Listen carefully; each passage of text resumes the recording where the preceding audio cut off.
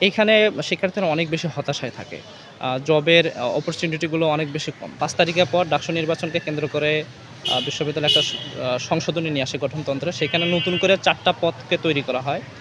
তার ভেতরে একটি গুরুত্বপূর্ণ পদ হচ্ছে ক্যারিয়ার ডেভেলপমেন্ট। মূলত এর আগে ডাকসু কেন্দ্রিক শিক্ষার্থীদের ক্যারিয়ার নিয়ে কোনো কাজ ছিল না। তো এইটা একেবারে নতুন। আ তো বিশ্ববিদ্যালয় মূলত একটা শিক্ষা প্রতিষ্ঠান। এইটা কালের বিবর্তনে শিক্ষা প্রতিষ্ঠানের চাইতে অনেকটাই রাজনৈতিক প্রতিষ্ঠান হয়ে উঠেছে। তো আমাদের চেষ্টা থাকবে এটাকে আ রাজনীতির পাশাপাশি প্রকৃত একটা শিক্ষা প্রতিষ্ঠান হিসাবে গড়া।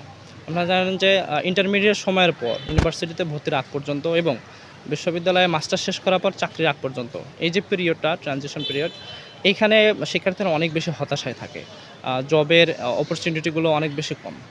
এবং আপনারা আরও খেয়াল করবেন যে প্রাইভেট বিশ্ববিদ্যালয়গুলোতে প্রতি বছরই অনেক বড় করে এবং জাঁকজমট করে ক্যারিয়ার ফেস্ট, জব ফেস্ট আয়োজন হয়। কিন্তু ঢাকা বিশ্ববিদ্যালয়ে ৪০,০০০ স্টুডেন্ট রানিং।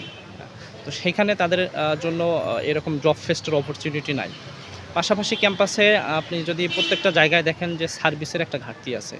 তো সেখানে শিক্ষার্থীদেরকে নিয়ে পার্ট টাইম কাজের ব্যবস্থা করা যায়। যার মধ্য দিয়ে শিক্ষার্থীদের যে আর্থিক সচ্ছলতা সেটাও কাটিয়ে ওঠা যাবে এবং একই সঙ্গে বিশ্ববিদ্যালয়ের যে সার্ভিস বা সুযোগ সুবিধা সেটাও বাড়বে।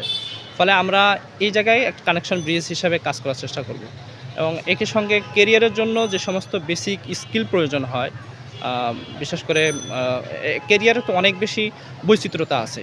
ফলে দেখা যায় যে মৌলিক যেই স্কিলগুলো যেগুলো সব ক্ষেত্রেই লাগে, সেই সমস্ত স্কিলগুলো ক্যাম্পাসে অ্যাভেলেবেল না।